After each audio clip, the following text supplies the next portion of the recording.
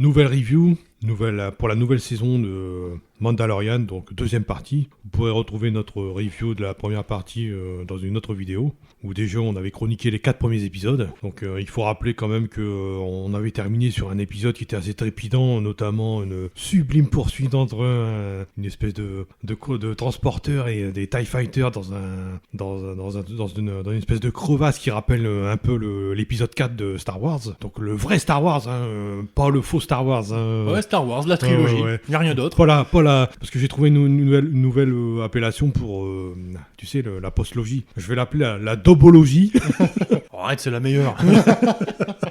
Voilà quoi. Donc chapitre, on va dire, là on est déjà au chapitre 13, vu que c'est par chapitre que ça fonctionne. Et le titre c'est La Jedi. Et donc ce qui se passe c'est que il y a bébé Yoda et notre ami Mando qui arrivent sur la planète Corvus. Et là ils se retrouvent face à la magistrate Morgan Elsbeth, dont le bras droit est joué par Michael Biehn. Toi tu l'as pas reconnu, moi je l'ai reconnu tout de suite. Donc Michael Biehn c'est un acteur qu'on a vu notamment dans les films de Cameron. Alors c'était lui qui jouait Kyle Reese dans Terminator par exemple, où il était un lieutenant dans Aliens, et puis c'était un peu le chef un peu parano dans Abyss, tu sais. Le chef parano dans Abyss, ouais, je vois qui c'est. Ouais. Donc c'était bien Michael Biehn, et c'était un grand plaisir de le revoir pour ma part, dans un petit rôle un petit peu mineur, mais bien sympathique quand même. Il soutient un peu ça, et puis il y a une espèce de forteresse. Donc le Mando arrive, et puis il discute avec la magistrate, et la magistrate veut qu'il retrouve la Jedi Ahsoka Tano, qui lui pose problème. Et ce qui est bien, c'est que, tu vois, il fait semblant d'accepter la mission, parce qu'il a qu'une parole, Mando. Mm-hmm. Et tu vois, dans le texte, c'est vachement bien tourné, parce qu'il dit jamais qu'il va retrouver la Jedi ou qu'il va l'aider. Tu vois, il dit, quand elle dit si tu m'aides, je te donne la lance en Beskar, puis que sa réponse c'est où puis-je trouver cette Jedi? Tu vois, il accepte pas la mission.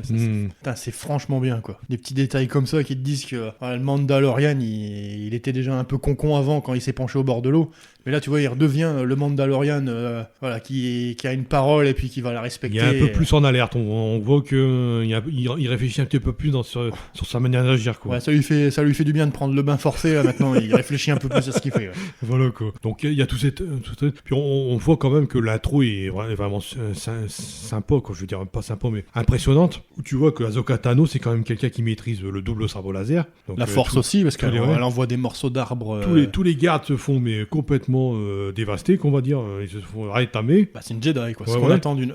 pas encore le niveau d'une Jedi, mais plus une bonne padawan. Elle est extrêmement dangereuse. Et ce qui arrive, c'est que au début, Mando et Ahsoka, ils sont quand même adversaires, quoi. Il y a un petit combat, ça dure pas longtemps, heureusement, parce que elle remarque quand même qu'il y a un Jedi avec lui, un petit Jedi. Ouais, puis il lui dit d'arrêter, quoi. Enfin, il se défend et il dit je suis pas là pour te tuer. Et bon, là, ça passe assez bien. Et il lui demande de savoir si de prendre contact avec ce petit Jedi. Ce petit Jedi qui est Baby Yoda, donc surnommé Baby Yoda. Et on apprend à partir de ce passage-là qu'il s'appelle Grogu, quoi, en fait, et qu'il est un passif. Donc il a déjà pendant la guerre des clones, ou après, je sais plus, enfin ça se déroule entre les épisodes 2 et 3. Il a commencé déjà à prendre ses pouvoirs, mais il a un petit peu laissé tomber pour pas se faire repérer, quoi. C'est ça qui s'est passé. Il a été caché dans le temple Jedi lors de leur purge. Ouais, c'est ça. On peut rien confier à Anakin, hein. Franchement, il fout pas le... Ah ouais, mais lui il a massacré tous les jeunes enfants. Il en a raté un en plus. Quel connard. Non seulement il joue mal, et en plus il en a raté un. Lui, donc, il a été caché par on ne sait qui, parce que de toute façon, c'est vrai qu'il y a une période assez obscure, apparemment, il a perdu la mémoire. Et on sait aussi qu'il y a une relation très forte qui s'est développée avec le Mando, quoi. Donc, Din Djarin, de son vrai nom, quoi. Parce que Ashoka, quand Jin il demande à Ashoka de le former, elle veut pas parce qu'il a une trop grande attachement à lui, quoi. Alors ça fait référence au fait au fait que Anakin a quitté sa mère très tôt. Très tard. Non, très tôt. Non, parce que Anakin, dans la prélogie, c'est ça ? Ouais. Même les maîtres Jedi disent à Qui-Gon, il est trop vieux pour qu'on le prenne. Ouais, mais lui, par rapport à lui, de quitter sa mère alors qu'il est encore gamin, en fait, c'est ça qui a commencé un petit peu à le faire basculer du côté obscur. Ouais, parce qu'il y a eu peur pour sa mère. Il a eu peur pour sa mère, c'est-à-dire que comme les Jedi, apparemment, c'est une secte où les enfants sont enlevés à la naissance, là, c'est plus pratique, du coup, ils connaissent pas leurs parents, quoi. T'as le côté un petit peu côté obscur là, du Jedi. Là, on n'est pas chez les Sith. Hein. Je suis désolé, les Jedi pour moi c'est des connards. Hein, mais bon, mais je veux dire là, ils sont enlevés pas plus ou moins à la naissance parce que si Anakin est déjà trop vieux pour suivre l'entraînement, c'est-à-dire qu'il faut pas qu'il ait d'attachement familial, tout simplement. Parce que sinon, si tu crées un attachement, tu crées une peur. Et si tu crées une peur, ça amène vers le côté obscur de la Force. C'est ce que dit Yoda, quoi. La peur mène à, pas le citer, mais je me souviens plus la phrase, mais peur mène à la haine mène à la souffrance, et la souffrance mène au côté obscur, par exemple, tu vois. Donc c'est tout le cheminement qui fait que Grogu pourrait se tourner vers le côté obscur. Tu vois, ça fait référence à ça, parce qu'elle dit qu'il est trop tard pour Grogu parce qu'il est attaché. Donc à partir du moment où t'es attaché, t'as un gros risque d'aller du côté obscur de la Force. C'est pour ça qu'Anakin, quand sa mère meurt dans l'épisode 2, c'est qu'il fait une scène assez dramatique, et c'est là qu'il y a vraiment un premier basculement vers les Sith, quoi. C'est l'élément, pour moi, c'est l'élément déclencheur, ça, et le fait qu'il n'ait pas été reconnu par l'ordre Jedi. Mais ça, c'est dans le 3. Tu vois, c'est ça, moi, quand ils s'en prennent à sa mère, c'est humain, quoi. Si on s'en prend à quelqu'un, tu as envie de te venger. Ce qui pose problème dans le 3, c'est le retournement de veste qui est assez spectaculaire d'Anakin envers le Palpatine, quoi. Tu vois ce que je veux dire? C'est que ça se fait d'un coup, ça se fait pas progressivement pour moi. C'est ça qui est brutal dans l'épisode 3. Dans l'épisode 3, la revanche des Sith. D'accord, la revanche des Sith. Ça se complique, hein. Donc quand il trahit, justement, il doit aider Mace Windu. Donc Samuel Jackson. Il doit aider Nick Fury. En plus, il est dans les deux univers, lui. Hein. Donc il doit aider, mais non, il choisit plutôt d'aider Palpatine. Et ça n'a pas beaucoup de sens, quoi, moi, je trouve. Ouais, sur excuse que Palpatine a dit qu'il pouvait sauver Padmé. Ouais. Ça fait un peu léger, quoi. Ouais, mais il s'est fait manipuler quelque part, parce qu'il l'a pas sauvé, finalement. Il s'est fait manipuler, puis aussi, il avait été déçu qu'ils l'ont pas accordé le rang de maître, quoi. Alors un peu du hors-sujet, là, mais bon... c'est rare, du hors-sujet sur Star Wars. On se détourne un peu, parce je crois qu'on fera un spécial, prélogie, pour dénoncer un petit peu tous les défauts de la prélogie. Non, je regarde pas Jar Jar. Jar Jar Binks, Returns. Vivement le spin-off sur Jar Jar Binks. Et en fait, le parallèle, c'est ça, c'est-à-dire que c'est le parallèle Anakin, Ashoka, comme elle connaît l'histoire de Anakin, elle sait qu'il y a un grand danger quand il y a un attachement à former un Jedi, quoi. Dans Clone Wars, déjà, il y a un combat entre Vador et Ahsoka, et au début, elle sait pas que c'est Anakin, mais après, elle voit que c'est lui, et c'est pour ça qu'elle dit, ouais, il va finir comme lui, et j'ai pas envie qu'il finisse comme lui, toi. Exactement. Donc ça veut dire que là, elle est en train de succomber à la peur. C'est ça. Donc tu vois, les Jedi, c'est des connards. Donc Grogu, bien sûr, il essaye tout, et puis il doit prendre la pierre, et puis il écoute pas parce qu'il y a Mando, il y a cette scène assez cocasse entre Grogu et Mando, et puis il dit avec la pierre ça marche pas, par contre avec la boule du Razor Crest, non, du Silver Crest, non, Silver Crest c'est l'idole, donc du Razor Crest, là ça marche. Hop, ça marche, parce qu'il y a un fort attachement. Du côté Mando, on sait qu'il y a un attachement, mais on sait pas, on le saura que beaucoup plus tard. L'histoire de la boule, c'est pour dire aussi que il obéit, il coopère pas avec Ashoka, mais il coopère volontiers avec Mando, ce qui prouve que Mando, il y a une influence sur lui, quoi. Il y a une forte influence. Voilà, donc Ahsoka, tout ça, refuse de le former. Du coup, il fait croire à la magistrate qu'il a tué Ahsoka. Il retourne à la forteresse. À la forteresse pour dire qu'il a tué la Jedi. It's a trap. C'est un piège, et puis on voit tous ces gens qui sont attachés à l'entrée, là, tu sais, ça fait un petit peu... L'équivalent des cages, mais on va dire en plus moderne, des cages où autant enfermer les hors-la-loi au Moyen-Âge. Les paysans et tout ça, là. Ceux qui coopéraient pas. Ça fait vraiment, il y a vraiment une vibration, je veux dire, Japon médiéval, quoi. Il y a plusieurs styles là-dedans, tu vois, Japon médiéval, médiéval tout court. Ouais. Et aussi western, il y a les trois, quoi. Ça a les trois inspirations et ça marche super bien. Les scènes marchent super bien. Ouais, puis il y a le côté Chambara, quand tu disais. C'est un Shambhala. L'affrontement au sabre, quoi. L'affrontement au sabre entre Ashoka, qui normalement devrait la plier en 2 secondes, la magistrate, mais bon. Il y a encore un rapport de force qui va pas non plus. Il y a un rapport de force qui va pas. Mais bon, ça c'est Star Wars, c'est normal. Non, l'habitude avec les rapports de force. Ouais, là, elle a 2 sabres, elle se fait malmener alors que il suffit qu'elle la lève en l'air et puis qu'elle l'envoie balader. Elle vient de le faire avec un arbre juste la scène d'avant. Parce qu'elle se bat avec une espèce de lance en Beskar. Qui résiste là, du coup, c'est du Beskar laser, pur, quoi. elle le dit. Celui-là, il résiste au laser. Mais tu vois, il chauffe quand même. Il chauffe, mais... il chauffe pas. Dans ce passage-là, il chauffe pas. C'est dans l'autre épisode. On en reviendra. Tout à l'heure. Et tu vois, donc du coup, ça équilibre entre guillemets le combat, mais normalement, un Jedi est plus fort que ça, quoi. Même un Padawan. Elle est plus tellement Padawan, Ahsoka, parce qu'elle a quand même passé le stade. Elle a refusé d'être Jedi. Ouais. Ashoka Tano a refusé d'être Jedi. D'accord. Tu fais bien de me le dire, parce que je connais pas bien l'histoire d'Ahsoka dans les Clone Wars et Rebels. C'est juste la Padawan non déclarée. clandestine entre guillemets hein, d'Anakin. Et en fait, elle n'était pas d'accord avec certaines idées de l'ordre Jedi. Et du coup, elle a refusé d'aller jusqu'au bout et de devenir une Jedi. D'accord. C'est pas une Padawan, c'est pas une Jedi. Elle a quand même des bonnes bases Jedi parce qu'Anakin c'est pas le pire des professeurs, on va dire. Mais elle refuse de. C'est même le meilleur hein, pour moi. Elle veut pas rejoindre l'ordre Jedi. C'est même le meilleur du côté pour les Jedi en tant que combattant. C'est le plus grand des combattants de Jedi. Il a quand même pris de Obi-Wan Kenobi. Il est supérieur à Obi-Wan hein, quelque part. Bah, ça dépend. Hein. D'ailleurs, il devient pas trop supérieur quand il se fait couper les 4 Ce qui est un peu incohérent avec le duel sur Mustafar là, quand ils sont à deux là, c'est que Obi-Wan il arrive quand même à le battre assez facilement quoi. Bah ouais, mais il y avait déjà 2h30 d'enregistrement. Fallait vite couper après. Donc c'est un peu, on va dire, des facilités scénaristiques de Lucas quoi. Bah, ce qui se passe c'est que là, elle va rendre le village au maire du village qui était donc celui qui se faisait tout petit et qui essayait de libérer et d'aider les. Ouais, il y a ça aussi, ils sont dans la tyrannie, ouais. Voilà, tu vois, il y a pas vraiment de dialogue, hein, ça fait vraiment conte japonais, hein, c'est-à-dire qu'il n'y a pas beaucoup de dialogue, il y a plus d'action. Et l'autre qui pose ses armes, mais tu sais qu'il est encore armé, et puis Mando, lui. Ça c'est très western. Hein. C'est super western, tu vois. Puis voilà, ça se termine bien, à part que lui, elle fait quand même un coup de jarnac parce qu'elle dit si tu m'aides à reprendre la forteresse, je vais former Grogu. C'est ça qui était une question à un moment. Ouais, j'ai pas souvenir de ça, mais en tout cas. Ils avaient passé un deal. Parce qu'à la fin, elle dit bah non, pour finir, tu te démerdes. Ouais, c'est ça. Donc elle lui dit va sur cette planète-là pour. Bon, des baracos. Va sur cette planète-là pour le scénario et après tu te démerdes. Donc, encore une fois, il se fait envoyer sur les roses, hein, le pauvre Mando. Et puis, pour une fois, le Razor Crest mange pas, donc ça va. Et puis voilà, quoi. Le Razor Crest, qui a été réparé avec une vitesse incroyable hein, dans le précédent épisode. Bah, moi, mon prochain véhicule, ce sera un Razor Crest, parce que 2 heures, c'est assez pour le réparer de fond en comble. Mais on verra après que, donc lui, il repart. Donc avec une coordonnée, c'est-à-dire qu'elle lui dit, va sur cette planète, sur cette planète-là, il pourra rentrer en contact avec des vrais Jedi.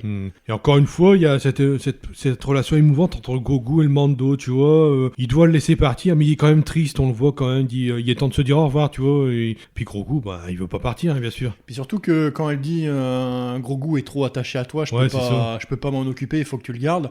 Il insiste pas, tu vois. Ouais. Et ouais, je le garde. Parce que bon, il s'est vraiment attaché. Il est attaché. Et comme je te disais la dernière fois, tu me dis, attends, on va revenir à cette relation parce que elle est plus développée dans les autres épisodes. Il dit, bon, il s'en va. Mais ce que je voulais dire, c'est que t'as encore cet esprit de cette série qui est apparue dans les années 70, c'est Baby Card.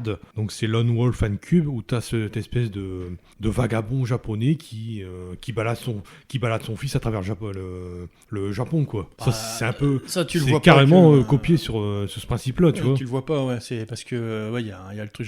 Je vois de quoi tu parles. Tu vois Baby Cart, ouais. Ouais. Bah où le Ronin il prend quelqu'un sous son aile parce que c'est un orphelin. C'est un assassin, quoi. Et que lui c'était un assassin qui a tué et qui a fait des orphelins. Là c'est pas par contre pas parce qu'il était orphelin, mais parce qu'il avait fait beaucoup d'orphelins. Et du coup c'était sa façon de payer sa dette, c'est-à-dire de transmettre ce qu'il sait et de dire, de transmettre ses valeurs, donc son Bushido, à une nouvelle génération et de créer un lien de filiation avec un inconnu. D'accord. C'est-à-dire que le lien de la famille, c'est pas parce que t'es en gros biologiquement responsable de quelqu'un que t'es de la famille. Par contre, si tu décides d'adopter quelqu'un et de lui transmettre tout ce que tu sais, là tu deviens son père. Ouais, c'est ça. C'est ça le rapport. Hein. Mais dans Baby Cart, apparemment, ce serait son vrai fils qui l'accompagnerait sur les routes. Mais bon, j'ai jamais vu, mais il paraît que c'est super intéressant comme série, quoi.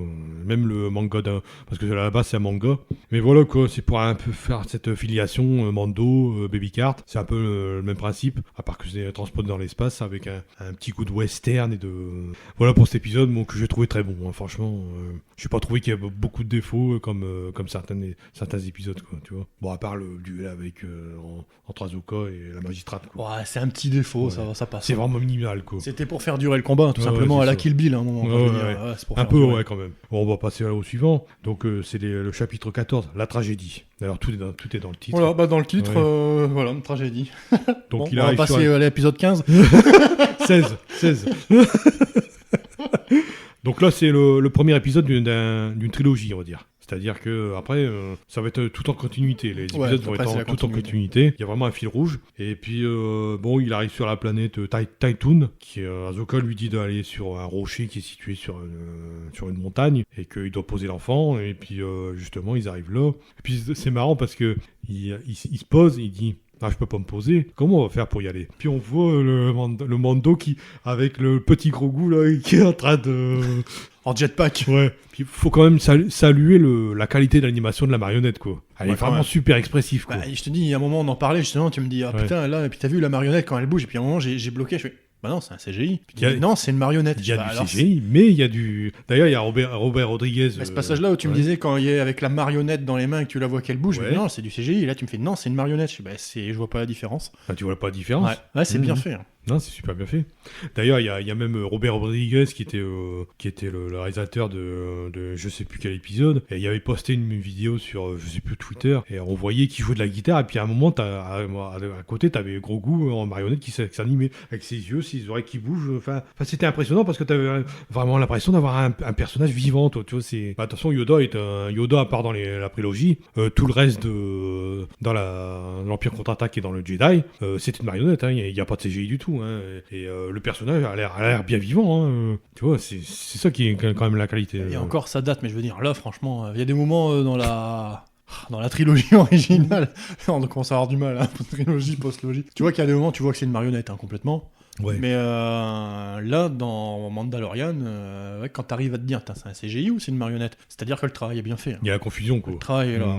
Voilà, quoi, petite aparté pour dire, ah bah ouais, vous avez une marionnette, vous avez des espèces à l'ancienne, tout n'est pas numérique. Et ça marche bien. Ouais, et ça passe super bien à l'écran, quoi. Donc il arrive, il pose le petit bonhomme sur le rocher, puis il y a une espèce de halo bleu qui s'élève vers le ciel. Ouais, un champ de force. Hein. Donc... ça n'est pas vous. Je fais les bruitages parce que... Alors on n'a pas le droit de les mettre, on se fait striker. Du coup, on fait les musiques et les bruitages à la bouche. Putain, le thème de Yoda, non, je déconne. Mais lui, donc, il va contacter les Jedi, tous les Jedi qu'il peut dans le coin, quoi. C'est-à-dire que la Force, elle va faire le Wi-Fi, quoi. C'est une balise GPS, hein, ouais, plus ou moins, c'est ça, c'est une balise. Mais il y a un problème, c'est que t'as un autre vaisseau qui arrive. Alors là, ça fait super fanboy. Hein. Ah ouais. C'est le Slave One de Boba Fett. Donc il sait pas, il connaît peut-être le vaisseau de Boba Fett, mais il sait pas que Boba Fett, c'est un chasseur aussi, quoi. Il se pose, il y a une espèce de combat qui est assez sympathique. En fait, ils sont à deux maintenant. Et, il y a Boba Fett et puis il y a l'espèce de mercenaire. Fennec Shand, qui avait été laissé pour morte. Fennec Shand. Fennec Shand. Ouais, Fennec, qui avait été laissé pour morte par Mando, qui a été sauvé apparemment par Boba Fett. Ming Na Wen, qu'on avait vu dans Les Agents du Shield, par exemple. Et c'est elle, j'ai vu l'autre jour, je dis, et c'est elle qui joue Chun-Li dans Street Fighter avec Van Damme. Mais ça date cette affaire. Ah oui, ça date. Hein. Ouais. Donc Street Fighter, une perle du nanar aussi, hein, ce film-là. Non, le meilleur film de tous les temps. Tu préfères Street Fighter ou Mortal Kombat entre nous là? Ah bah non, mais c'est un autre sujet. Et je veux pas répondre. D'ailleurs, je pense que ça fera l'objet d'un prochain duel nanar, tu sais. Ah ouais. Ou alors on réagit en live, on regarde les deux et on réagit en live. Ouais. On fait du direct live, quoi. Donc ils sont à deux et puis ils essayent de. En fait, ce qu'il veut lui, Boba Fett, c'est récupérer son armure. Donc l'armure qui avait été possédée d'ailleurs Cobb Vanth dans le premier épisode, dans le chapitre 9, je crois. Ouais. Et il lui avait donné Mais lui, ce qu'il veut, c'est récupérer son armure qu'il avait perdue, qu'il a d'ailleurs perdu quand il est sorti du Sarlacc, quoi. Parce qu'on sait maintenant c'est une certitude. Boba Fett a survécu au Sarlacc. Ouais, enfin, je veux dire, Boba Fett, ça fait déjà 10 ans qu'il aurait pu la récupérer en massacrant du Jawa ou à la rigueur en allant tuer le marshal de la ville. Non, il y a tant que c'est un Mando qui le récupère, quoi. Bah ça arrange le scénario aussi, hein, quelque part. Ah oui, c'est juste pour ça. Bah il y a pas que Boba Fett et Fennec Shand qui sont là. Bah il y a le retour de Gideon, justement. Il y a d'abord le retour des Troopers. C'est-à-dire qu'ils on va rigoler. Ouais. Là, c'est la foire à la saucisse. Hein. Ouais. Alors ils arrivent dans les transporteurs, dans les patrouilles.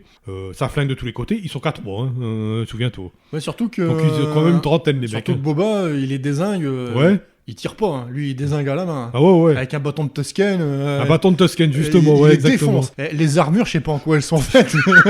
C'est de la merde. Hein. Fabriqué en Chine. Ah, c'est du made in China. Ah, ils l'ont dû acheter au même endroit que certains jettent. De toute façon, ils prennent un coup de laser, c'est où ils sont morts. Même un coup de bâton de Tusken, les trucs ils explosent. Ça sert à rien de mettre des armures, les mecs. Ouais, c'est vrai qu'il a été, à mon avis, il a été récupéré par les par les hommes des sables, les Tusken, quand il a dû sortir du Sarlacc, parce que il a peut-être été soigné par eux. Ou un truc il est comme ça. habillé comme eux, il a un bâton Tusken, puis il leur pète la gueule avec un bâton, quoi. Bon, t'as les armures qui volent en morceaux et tout. Au niveau de l'action, c'est plaisant. Mais il y a un truc qui m'a fait péter de rire, c'est qu'ils sont à 3. Ils sont pas capables de... Ils sont tellement nuls qu'ils se prennent un rocher dans la gueule en plus. Ils bougent même pas. Ils tirent Et sur en le plus, rocher. et après... J'ai un rocher qui me fonce dessus, je me casse, je tire pas dessus. Bon allez, on se casse hein. Et c'est à la gâteau de cette scène quoi. Et à la fin, ils s'en vont. Ouais. Bon allez, on se casse hein. Ils sont trop forts. Et puis l'autre, il arrive à... Puis Django Fett, qu'est-ce que je raconte. Puis Boba Fett, il est dézingue avec une roquette en faisant tomber un vaisseau sur l'autre, quoi. Ouais. Et il dit, il fait le troll, il fait « Ah bah je visais l'autre ». Ouais, puis c'est pour celui-là que je visais. Non, ouais. Donc il a les désinguer. Ouais, mais ça suffit pas aussi. L'autre, Gideon, il dit « ils sont vraiment nuls à chier, on va envoyer la troupe ». Donc t'as ces espèces de robots assez sympas, quoi. Non, d'abord, Gideon, il a enfin la seule bonne idée de toute la série Mandalorian. Ouais. Comme il a une balise dans le Razor Crest, ah ouais. Et ben il le dézingue, quoi. Piou, plus de Razor Crest. C'est vrai, c'est avant les Dark Troopers. Avant les Dark Troopers, d'accord. Il dézingue le vaisseau. Avant les Dark Troopers, puis il y a plus de vaisseau. Ah, Mando il est comme ça. Ah, il y a plus de vaisseau, il est baisé. Puis après, on va parler des Dark Troopers. Côté pratique, c'est que au moins Mando il a pas son jetpack, hein, vu qu'il a dû le poser par terre, on sait pas pour quelle raison. Alors ça, c'est vraiment il a pas son jetpack. Une facilité scénaristique, quoi. Oh putain, ouais. On a plus le temps là. On a que 40 minutes pour tourner. Parce qu'en plus, ce qui se passe, c'est que le champ de force il s'annule. Juste au moment où les troopers ils arrivent, donc ça arrange aussi le scénario. Ça arrange le scénario. Parce qu'il aurait pu laisser le champ de force, il y en a aucun qui aurait passé de toute façon. Bah, ce qui se passe, c'est qu'ils prennent le petit puis ils se barrent, quoi. Et donc Boba il essaye de le poursuivre dans le Slave One, mais il dit ouais tu vas blesser le petit si tu tires dessus. C'est vrai que déjà ils sont forts hauts. Hein. Ouais. Il y a un truc qui pose problème, c'est que il y a un problème d'oxygène quand même à ce niveau-là. On va pas s'attarder sur les problèmes parce que on peut pas faire 4h30 d'enregistrement. Hein. On en est qu'au 2e épisode là. Grogu, hop, il y a peut-être des facultés de Jedi qui lui permettent de faire de l'apnée, on va dire. Puis il est emmené par Gideon, qui est super content, hein, Gideon. Ouais, emmené dans pour une fois, il a bien joué son truc. Il a pas fait cette connerie comme dans de dire, bah je vais revenir ce soir, tu vois, le truc. Ouais, cette fois-ci, il a compris la leçon. Ouais. Il s'est fait avoir une fois, pas deux. Voilà, il a appris de ses erreurs. Il n'y a plus de vaisseau. Le Mando n'a plus de vaisseau, donc il est un peu baisé. Par contre, Boba Fett, il est content d'avoir récupéré son armure, donc il lui dit, je vais t'aider à délivrer le petit, parce que j'ai de l'honneur. Alors que Boba Fett, à l'origine, c'est pas quelqu'un de très honnête, quoi, dans les films, quoi. Ah, si ça aide le scénario, il peut. Ça, dans les films, on le voit pas beaucoup. Alors, non, on le voit 7 minutes en tout dans la trilogie. On sait pas, à part se faire dézinguer par un aveugle, il fait pas grand chose dans les films. Il se fait en plus, il meurt d'une façon très con parce que. Il meurt pas du coup. Han Solo qui lui donne un coup, puis du coup sur Jetpack, il fait un peu de travail, donc il tombe dans le trou. Mais c'est un peu ridicule cette mort en plus. Hein. Oh, pas un peu. Oh, pardon. Non, pas un peu. C'est complètement ridicule. C'était complètement ridicule. C'est une des grandes tares du 6. Donc ça finit comme ça. Et puis il retourne sur Nevarro où il y a Apollo Creed et Cara Dune. Cara Dune qui est devenu Rangers de la Nouvelle République. Rangers de l'espace, vers l'infini et au-delà. Voilà quoi. Mais donc, et puis il essaye de localiser ça se termine comme ça je crois, localiser un ancien mercenaire avec lequel, qu'on a vu dans un autre épisode où il devait justement délivrer une... Voilà, il commence à monter une équipe, là c'est le mec qui avait les flingues sur le dos, là, c'est ça ? C'est ça, ouais, c'est Mayfeld, ouais. Parce qu'ils doivent accéder à un endroit où ils pourraient trouver le vaisseau de Gideon parce que balise GPS, enfin j'ai pas compris. Et du coup ils doivent aller sur cette planète-là spécifiquement pour avoir accès à ce terminal, pour pouvoir justement accéder au vaisseau, mais ils ont besoin de cette personne-là parce qu'elle faisait partie de l'Empire en fait. Donc ça c'est l'épisode, ça c'est le chapitre 15 et ça s'appelle Le Repenti. Donc on retrouve Bill Burr qui reprend le rôle de Mayfeld, t'as Cara Dune qui les accompagne, donc ils sont un beau commando maintenant, hein, ils sont 5. Hein. Ouais, t'as aussi Fennec, donc il est en appui, en appui sniper, ouais. Et Boba qui fait lui l'appui aérien quoi. Ouais, donc ils sont à 4, ils sont à 5 quoi. Mando, Fennec, Marshall, l'homme au pistolet et Boba. Ils arrivent sur la planète Morak, donc il y a une planète qui est un peu où il y a encore des réminiscences de l'Empire, hein, on va dire. Ça, c'est Pandora, cette planète-là. C'est-à-dire que l'Empire, il prend du métal ou, je sais pas, des matériaux... déjà, il le transporte avec des véhicules avec des roues, alors que c'est la première fois que je vois des roues dans Star Wars. Ah non, ce genre de véhicules, tu les vois dans l'épisode 3 sur Kashyyyk. Quand tu sais, avec la planète de Chewbacca, là. Pour moi, c'est la première fois que je voyais des trucs avec des roues. Les genres de véhicules, tu les vois tu le vois dans l'épisode 3. Parce qu'ils transportent un matériau volatile, ça fait dire que si tu fais trop de boss, un peu comme la nitroglycérine, ça explose. Je veux dire, les mecs, vous avez des overcraft, des machins, pourquoi vous vous emmerdez avec des trucs qui ont des roues? C'est vrai qu'avec un truc volant, ce serait moins, un moins petit... contraignant, quoi. Surtout qu'ils disent pas qu'ils n'en ont pas parce qu'ils ont des TIE Fighters qui traînent. Hein. Ouais, en plus. Donc c'est un peu débile. En plus, ils sont même pas escortés par les Starfighters. Les TIE Fighters. Les TIE Fighters, parce que comme c'est dangereux, que c'est précieux, en plus comme Ouais, puis ils sont que 2, hein. 2 par cargaison. Je veux dire, tu mets 4 mecs armés sur le toit, il y en a plus un qui approche de ton truc. Bon, on va dire qu'il y a les pirates qui arrivent, et là, ça fait super western, quoi. Avec l'histoire de la diligence et tout, une fois de plus, quoi. Ça fait plus attaque du train qu'attaque de la diligence. Bon, il veut pas enlever son casque parce que c'est un principe, donc il met un autre casque, mais c'est pas grave. Mais Feld, il dit, ouais, t'as qu'à enlever ton casque, de toute façon, on est cool. Il monte sur le toit, puis t'as tous les espèces d'Indiens, qu'en fait, ils sont un petit peu indigènes, quoi. Bah, ce que je dis, c'est indigène, c'est Pandora, la planète. Ouais. Et par contre, ce qui est bien tourné, c'est que, tu vois, il a pas son armure en Beskar. Ouais. Donc il morfle quand même, Quand même. Mais c'est un Mandalorian, donc il morfle, mais il arrive à les tataner. Les techniques de combat, elles sont... Ces techniques de combat, elles sont au point. Surtout que même son arme s'enraye, quoi. Si, il y a plusieurs aussi facilités, puis le fait qu'il y a quand même Fennec et Cara Dune qui sont en arrière-plan, donc quand ils peuvent avoir une cible, bah ils y vont. Ah bah là, la scène de fuite à la fin, ça le fait, je suis désolé. Ouais. Les mecs, ils passent par la fenêtre, les troopers passent par la fenêtre, mais ils se font dégommer un par un, quoi. Ça c'est bien fait. Ouais. Donc ils arrivent de but en blanc, ils arrivent quand même à dégager tous des pirates. Bon, il y a un peu de facilité quand même avec les bons vins, faut avouer. Bah à la fin, ils vont se faire niquer, et puis là, t'es content de voir 2 TIE Fighters qui tirent, quoi. Ouais. Tu vois, il y a des TIE Fighters qui arrivent. Ils arrivent à temps, quoi, ouais. Ouais, ils arrivent juste à temps. Et puis après, ils rentrent dans le truc, et puis ils sont accueillis en héros, quasiment. Lui, il enlève pas son casque, et puis hop, il doit rentrer dans le mess des officiers. Je sais pas, il y a une espèce de resto de... Bah justement, la console pour trouver le vaisseau de Gideon, donc il y aura une balise GPS, enfin un truc équivalent. Ouais, c'est ça. Faut rentrer dans le mess des officiers, mais alors ça c'est débile. C'est-à-dire qu'il faut montrer ton visage pour que tu sois scanné. Je veux dire... Il y a un truc qui va pas, là. Il y a un truc qui va pas, parce que personne connaît le visage de Mando, alors pourquoi lui, quand il scanne, ça marche? Ils ont pas une base de données avec les visages des gens? Bah pas avec Mando. Mando, ah ouais, mais s'il reconnaît pas bah voilà, ça devrait sonner. Ça devrait être... Il y a que le pistolero qui pourrait y aller, parce que c'est un ancien de l'Empire. C'est la super facilité de l'épisode. Super facilité. Ouais. Juste pour te dire que Mando, il est prêt à tout, parce qu'il va enlever son casque pour sauver Grogu. C'est ça que... C'est tout, c'est juste pour dire ça. On voit que l'attachement il est fort et qu'il est prêt à enlever son casque. Il est prêt à tout, c'est-à-dire que là, il renonce à ses principes Ouais. pour sauver l'enfant. Il n'y a plus la mission, là, maintenant, c'est... c'est devenu personnel. C'est son fils, quoi. C'est comme son fils, maintenant, tu vois. Donc il a enlevé son casque et tout, et puis finalement, c'est certainement l'épisode où on le voit le plus sans son casque. Ouais, et puis après, ils se prennent une altercation avec Mos Tarkin. Puis après, il y a Max Lord. Non, et puis voilà, et puis ils discutent, et puis... Il dit, tu veux faire un vœu?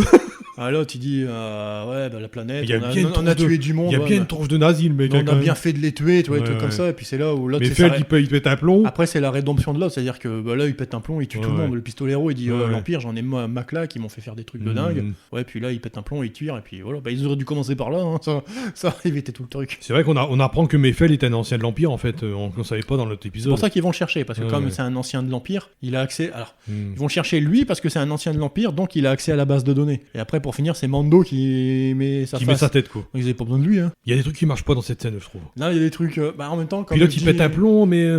C'est très risqué parce que tous les troopers ils vont arriver après. Bah surtout qu'il veut pas rentrer dans le mess des officiers parce qu'il connaît le gradé, que c'était un ancien chef à lui et qu'il veut pas se faire reconnaître. Ouais. Pour finir, après il va aider Mando et visage découvert. Il dit, non mais lui il est sourd, tu peux rien faire. Tu te souviens ma tronche quoi, bon, on va dire qu'on peut mettre ça sur le compte de l'oubli. Les mecs croisent tellement de soldats et de machin que peut-être qu'ils ont oublié sa face. Mais après il y a la super facilité, ils passent par les vitres, l'espèce de... par les fenêtres. Hein. Ouais, donc ils montent de plus en plus, donc ils sont un peu, on va dire, compressés, quoi. Les troopers, ils sont acculés. Les troopers. Ah ouais, les troopers, ils passent que par là pour les suivre. Et ils se font, je te dis, ils se font dégommer un par Fennec et Cara, ouais. Et là, ça le fait. Parce que vu qu'il n'y a qu'une sortie. Là, il y a un bon point de vue, là. Ouais, il y a un bon point de vue. Puis après, t'as Boba qui arrive pour les sauver, donc ils jettent dans le vaisseau. C'est pas mal cette scène de. Ouais, cette scène-là, elle est bien faite. Elle est vachement bien faite, quoi. Puis ça y est, quoi.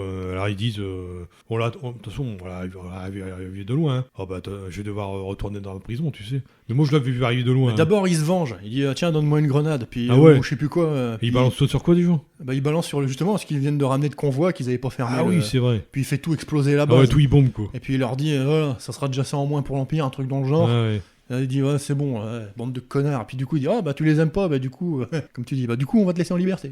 Ouais, ils disent ils font une espèce de troll, enfin de troll de... Cara elle fait je veux dire qu'il est mort dans la mission, quoi. Ouais, tu vois. quel dommage qu'il soit mort pendant la mission. Moi, je pensais que Mayfeld, après, tu vois, il serait dit, bah, je vais vous aider, tu vois. Mais non, il se barre. Je Ouais. pensais aussi qu'il allait le retrouver jusqu'au bout, mais Ouais. non, il se barre. Mais non, ça c'est pour faire le. Enfin, je te raconterai au dernier épisode, ça. Pourquoi Ouais, ils ont c'est fait ça. Voilà, quoi. Mais cet épisode, il marche assez bien aussi, je trouve. Il marche bien. Il n'y a pas trop d'incohérence, à part dans le mess, là, une espèce de restaurant, de salle de pause. Là. Après, ça fait.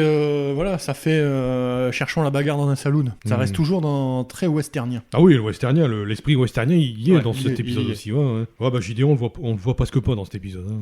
Bon, c'est pas plus mal. Ouais. Puis moi, ce que j'aime bien, c'est quand tu dis l'autre, il a vraiment une tête de méchant, tu vois, ça fait très Ah western. ouais, il fait vraiment nazi, le Ça mec. fait vraiment le bon, la brute et le truand, quoi. Donc on est déjà au chapitre 16, donc le dernier épisode, attention. Donc là, c'est le sauvetage. C'est pas le mieux réussi, mais bon.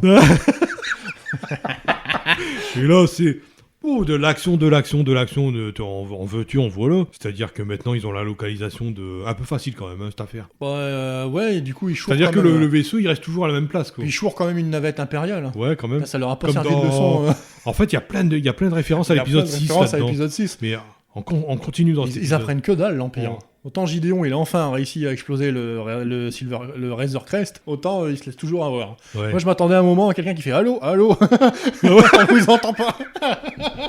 T'attendais un Hux qui dit allô, allô Allô, allô. Et Damron. Ouais, c'est ridicule. Donc ils volent un truc et puis ils font semblant que c'est pas mal comme plan pour approcher T'as le Slave One qui fait la poursuite avec la navette. C'est l'Empire. Ouais. C'est-à-dire, t'as Boba qui poursuit la navette pour faire genre on est attaqué. L'Empire, ils en ont rien à péter, ils tirent. Hein. Ouais, mais il y a le savant à bord. Donc Ouais, le mais ils en savant. ont il y a rien à quand même- foutre, ils tirent. Ouais. C'est l'Empire. Ouais, mais je sais pas, je crois qu'il y a une histoire du savant qui était à bord, donc Ouais, je sais celui pas. qui fait la génétique, tu sais. Non, sur, pour moi, Grogu. c'est facilité scénaristique. Ouais. D'ailleurs, en gros goût, on le voit pas du tout dans l'épisode 15, si je sais bien. À part peut-être une scène où... Une scène où il défonce deux troopers par la force. Ouais, c'est ça. Enfin, il les défonce il pas, est en il train les de les manipule. étrangler, je sais pas quoi, là, ouais. Ouais. Et qu'après, il y a Gideon qui arrive avec les menottes. Enfin bref, il arrive à rentrer facilement quand même, faut le dire. Puis c'est l'espèce de stage commando, hein. Et les troopers, ils se font dézinguer. Bah voilà, là t'as Mando qui part de son côté, Ouais. Boba qui suit avec son truc, Ouais, avec sa il navette, se parce barrer, qu'il ouais. peut pas faire grand chose d'autre. Et Non. après, voilà, une scène avec les femmes. Les deux Mando, Ouais, mais là, ça fonctionne. Fennec et Cara Dune. Ah oui, parce qu'on a oublié de dire que, entre-temps, il est retourné sur la planète où il y a les... Et c'est là où il a eu le les vaisseau. réparateurs du Razor Crest, d'ailleurs, il me semble. Voilà. Et puis il veut recruter Bo-Katan Kryze qu'on a vu dans l'épisode dans un épisode précédent. Ah oui, il a Donc, failli se noyer d'ailleurs. Donc il y a le trio Mandalorian en fait. Ouais. Et donc eux ils acceptent. On sait pas très bien, c'est un peu obscur pourquoi ils acceptent. Ah ouais, elle veut le sabre noir. Bo-Katan, elle accepte à Ouais. condition que le sabre noir lui revient. Ouais. Donc tu vois, elle dit jamais il faut que j'affronte celui qui a le sabre noir, donc c'est de sa faute. Indirectement, ouais, c'est un peu de sa faute. Mais on va revenir au niveau du final. Ils sont, ouais, c'est le truc féministe complètement dans cette scène. Ah, ça c'est Effie Badass. Voilà. Ouais. Donc, mais ça marche bien. Ça fonctionne super bien. Surtout quand Contrairement à Bird of Prey où c'est catastrophique. Surtout quand Cara Dune elle a son arme qui s'enraye. Mais ça c'est génial. Enfin je veux dire, elle tape dessus. Elle t'y croit à mort. Même Fennec, tout ça, ça marche bien, je trouve. Ouais, ça marche Bo-Katan super bien. aussi, tu vois. Donc, vraiment une scène d'action avec des femmes, c'est de la classe, quoi. Mais même c'est une scène d'action et je veux dire c'est pas mis voilà on est des femmes on est mieux que vous, c'est mis voilà on est des Mandalorians et deux élites impériales, Ouais. on est meilleurs que des troopers. L'action c'était ça tu vois. Ouais. Deux élites impériales. Bah non pas deux. Fennec et Fennec c'est Cara, c'est des anciennes Cara, je crois que c'est une ancienne rebelle. Elle faisait partie de la rébellion, je elle a crois. pas un tatouage impérial Cara Dune. Je sais pas. J'ai pas l'impression qu'elle était plutôt du côté de Enfin bref, la rébellion. deux élites et deux Mandalorians, Ouais. aucun trooper fait le pot. Bon, en même temps ils savent pas viser. En même temps, ils sont nuls. Par contre, lui, le Mando, il passe par le couloir des Dark Troopers. Et là, il y a une difficulté, c'est que Gideon, il avait déjà libéré les Dark Troopers. soldats. Donc, ils essaient de casser la porte. Il y en a un qui a quand même un ou deux qui un qui arrive à sortir. Les autres, ils essayent ils tapent comme des fous sur la porte. Ouais. Donc, il y a déjà un gros suspense qui se crée. Ouais, puis ils les évacuent dans l'espace. Ouais. Putain, Non, mais pourquoi- bon, on Non, peut mais- parler déjà du combat entre. Non mais attends, il les évacue dans l'espace, on va en revenir. C'est D'où facile. tu construis tes armes principales dans un vide spatial juste à côté. Tu les mets à un endroit où personne peut y aller. Quoi. Non, mais je vois pas ce qu'il fout là, cette espèce de débouffoir d'espace, quoi. C'est au cas où il déconnerait, quoi. Je veux dire, peut-être que. Bah, c'est pareil, ils reviennent après, donc s'ils déconnent, ils sont dans Ouais, la merde. Mais bon, on va faire par étapes, parce que là, tu es en train de dévoiler déjà les prochaines étapes. Donc, il se bat contre ces Dark Troopers, et c'est vrai que le combat est rude, mais il est bien, quoi. Il est bien fait. Ouais, puis quand il se fait exploser la tête, tu dis Albescar, c'est solide. Ah quand ouais, même. ouais, c'est sûr. Et il se prend des patates de forain Mais dans le la tête Mando, et le casque le protège, tu vois. Il y a quand même du mal, hein, quoi. Ouais, il se prend quand même des belles patates. Hein. Il est quand même affaibli, là. Hein. Et il y arrive quand même difficilement à en battre un, quoi. C'est limite, quoi. Hein. Ah ouais, avec la lance en Beskar, il arrive à passer à travers, mais... C'est quand même limite, hein, l'issue du combat. Là, il a failli y rester. Donc il balance les troopers, bon, on croit qu'on est débarrassé. Et puis il va voir Grogu, il va délivrer Grogu, mais manque de bol, Gideon il est là avec son sabre noir. Donc il fait du chantage. Et on le voit arriver de loin, ce chantage, hein, c'est vraiment de la merde. Hein. Il dit à Gideon, moi je veux l'enfant, tout ce que tu veux. Toi, tu gardes le sabre noir. Tu gardes le sabre, je veux pas le sabre, tu me donnes l'enfant et puis chacun part de son côté. Moi je te laisse partir, tu me laisses partir. Donc tu vois, il est plus dans la vengeance, là, il est dans la négociation. Dans la négociation. Sauver l'enfant avant tout. Ouais, mais c'est complètement con de tourner le dos à Gideon entre nous. Il faut quand même qu'il reste alerte. Il est toujours alerte parce qu'il arrive à se défendre quand il prend l'enfant et qu'il se fait attaquer. C'est tout juste, hein, le sabre noir, il est quand même en train de défoncer le bras quand même, quasiment. Donc encore une scène d'action qui fonctionne aussi avec Gideon. L'affrontement, le mec, on voit quand même qu'il maîtrise, il s'est manié un sabre, quoi.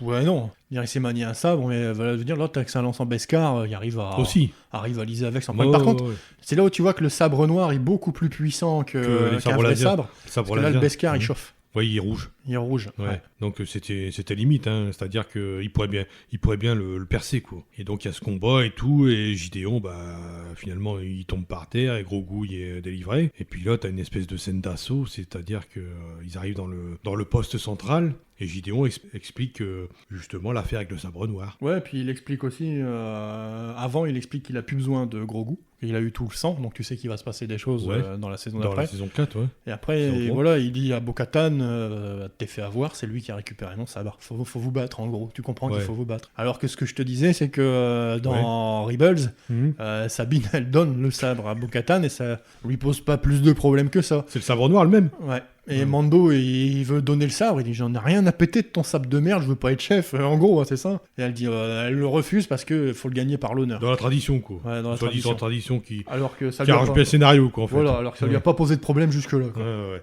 Bon, elle a qu'à épouser Mando, hein. Comme ça, elle peut récupérer le sabre. Non, mais bon, ils font un combat, et l'autre il fait semblant de perdre, puis c'est bon, quoi. Bah ouais, mais ça marche pas. Tu vois ce que je veux dire. Mais Gideon, bon, il essaye de... de foutre la merde. Il essaye un peu de foutre la merde, mais ça marche pas. Un peu comme un Sith, il essaye de manipuler. Ouais, c'est ça, mais bon, ça marche pas, de toute façon, Mando et tout ça. Et puis, manque de bol, les troopers, ils reviennent. Ouais, dans le vide spatial, ça va, ils sont pas tous morts. Parce que je me dis, putain, non, c'est trop facile, quoi. Ouais. Et en fait, ils reviennent. Parce qu'ils sont équipés de propulseurs. De propulseurs. Ouais, c'est des Mark IV de chez Iron Man, elles ont toutes des propulseurs. Chez des voraces, hein, chez les mecs, ils commencent à frapper à la porte et tout. Ils savent pas s'ils vont gagner parce qu'ils résistent pas mal aux balles. Et puis t'as un X-Wing qui arrive tranquillement, là. Et puis là, t'as le mec qui commence à jubiler sur sa chaise. Là, t'as le fanboy en ébullition. Alerte au fanboy. Il y a un X-Wing qui arrive. Quel Jedi pilote un X-Wing? Il n'y en a pas 36. Ah non, tu sais pas que c'est un Jedi. Au début, ils disent, il y a un X-Wing qui arrive. Et puis ils se disent, il est tout seul, c'est bizarre quand même. C'est ce qu'ils disent, avec un seul X-Wing, on n'est pas sauvé. Ah ouais, on n'est pas sauvé, c'est sûr. En fait. À part que c'est pas n'importe quel pilote qui est dedans. Alors donc, il arrive. Bah ouais, déjà, bon, il y a on va dire un chevalier Jedi qui sort avec une robe noire et tout. Un chevalier. Alors, on sait pas encore si c'est un Jedi. Ceux qui ont vu le X-Wing, ils savent. Chevalier, on va dire, pas maître. Bon, on voit qu'il y a une main gantée quand même. Ouais, et puis après, il sort un sabre qui est familier. Un sabre avec vert. une couleur verte. Donc il arrive et puis ça dure quoi? Ça dure même pas une minute cette affaire. Ouais, il dure bien 2 minutes de tatanage total. Donc, de force. Il coupe les Stormtroopers en morceaux, il utilise la force pour les faire exploser. Puis là, t'as l'impression de faire un parallèle avec la scène de Vador dans Rogue One, quoi, carrément. Il y a un parallèle. Il y a le côté Vador, le côté je maîtrise la force. Puis le côté écrasant mais serein. Tu vois, il écrase franchement tous les Dark Troopers, mais jamais tu sens de la panique, tu vois. Il y a tout le moindre mouvement il maîtrise. On voit la puissance du maître Jedi, tu vois. Ouais, puis même quand il se fait tirer dessus, il renvoie les trucs. Ah mais complètement. Les mouvements sont pas rapides. Ouais. C'est-à-dire que c'est un peu comme si on t'envoyait une balle et que tu faisais une petite chic-node et que tu l'envoyais. Les pareil. Et pouf, tranquille, la force tranquille, tu vois. Non, ça c'est bon, ça me fait pas peur. On voit vraiment toute la maîtrise du maître Jedi, mais on sait pas qui c'est encore, tu vois, mais on se doute, on a un petit doute. Ouais, on a un petit...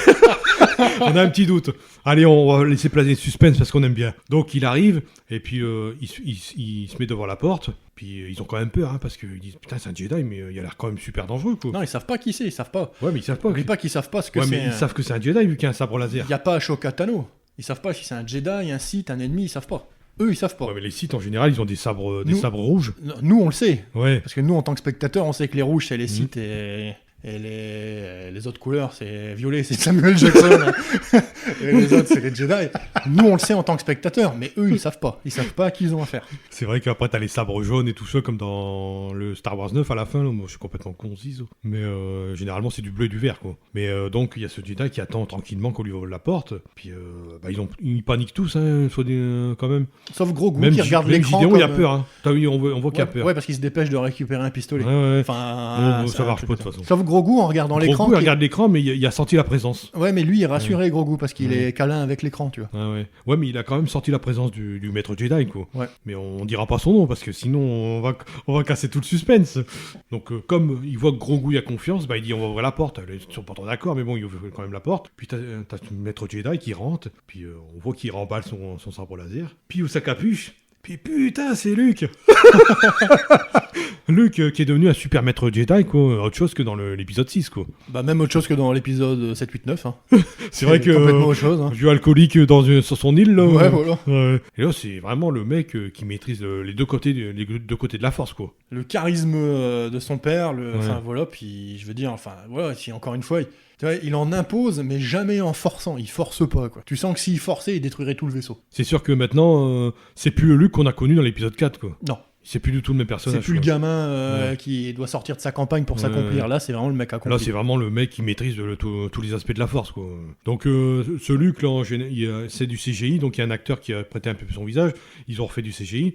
Je trouve que bon, ça passe pas mal. Il y a certaines émotions qui sont un peu bizarres, quoi, mais, parce qu'il reste impassible. Donc, je pense que c'est fait exprès. Mais sinon, on a l'impression de retrouver quand même le même Luke que dans l'épisode 6, quoi. Il y a des moments, ça fait un peu cringe, mais sinon, non, ça va, ça passe. Dans l'ensemble, ça passe. Ouais, je trouve que bon, faut pas de plans rapprochés, je trouve. Sinon, quand t'as des plans d'ensemble, ça va, quoi. Pas de plan rapproché et pas de moustache enlevée, ça passe. Ils auraient pu lui coller une barbe, tu sais, un truc comme dans le 8, tu sais. Donc Luke, bien sûr, il est là, puis donc bien sûr, Grogu, il hésite parce qu'il doit quitter son espèce de père spirituel, quoi, finalement. Ouais, il hésite, et puis Mando, là, il hésite plus, il fait tiens, je te donne le bébé.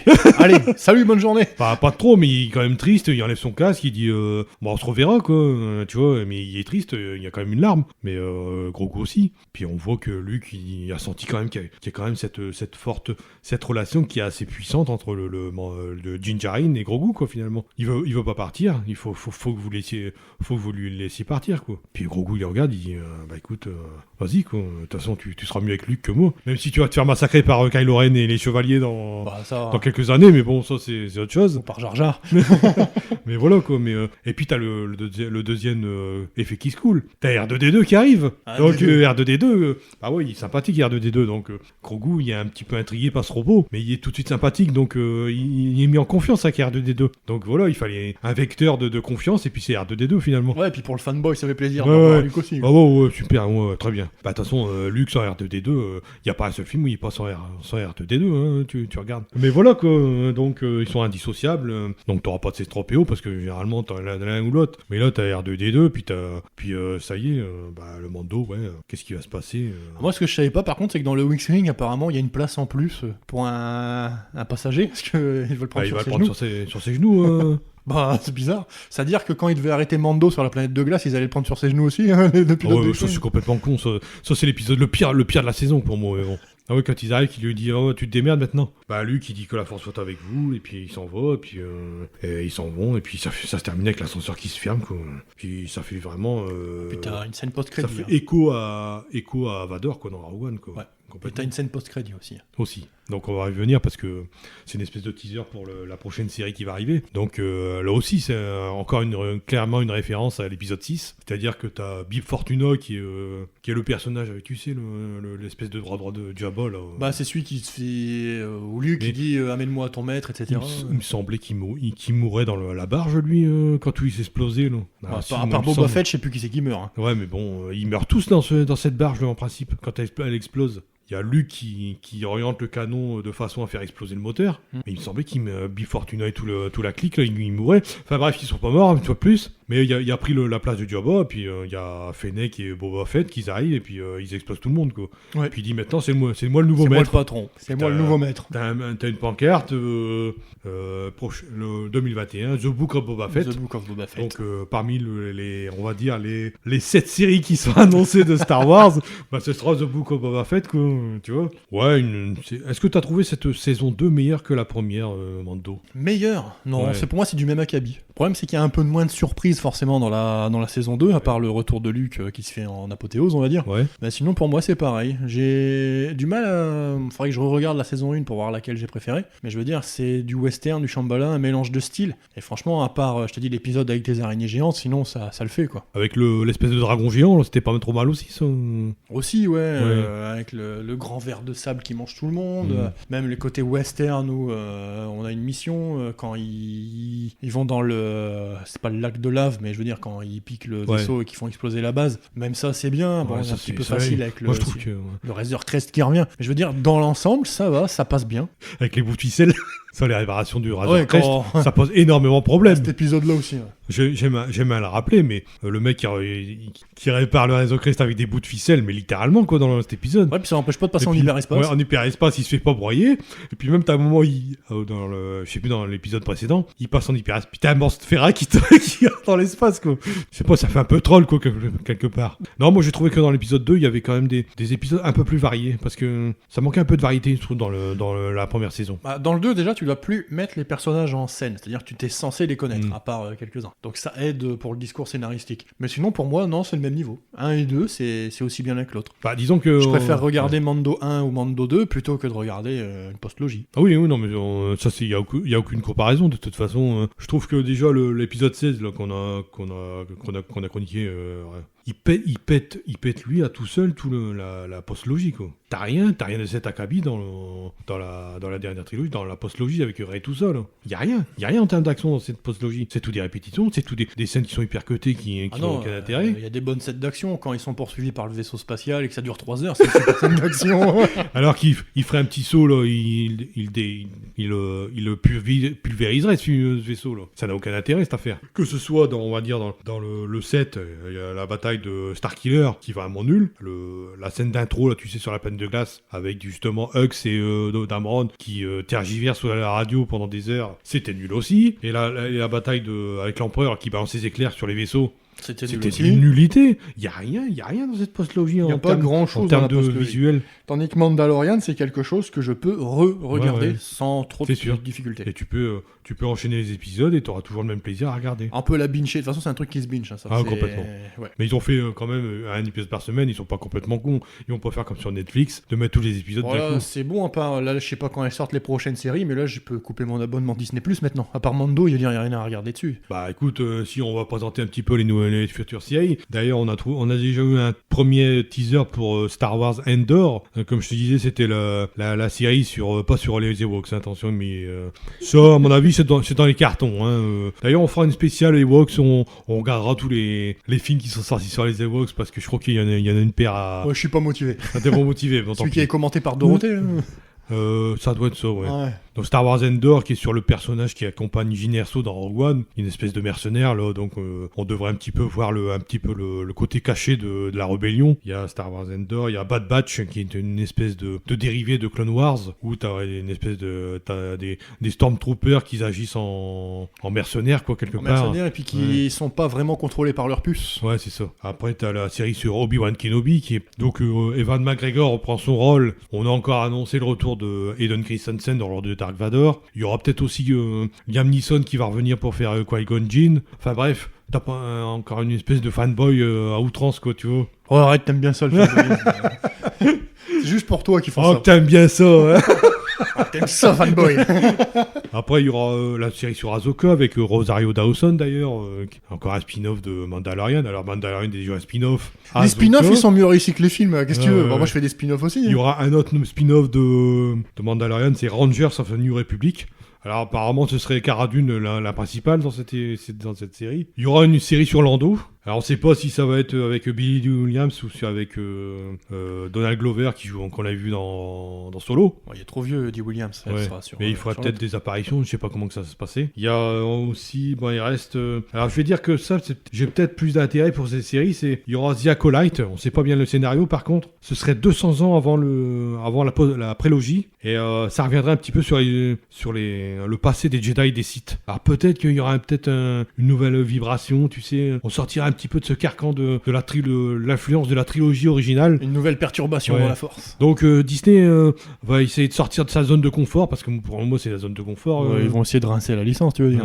Ah ouais, mais bon, là on sort quand même de la zone de confort quelque part. Et puis il y aurait Vision. Alors Vision, c'est pas rien à voir avec... On voit la Vision. Merde, je vois pas le rapport.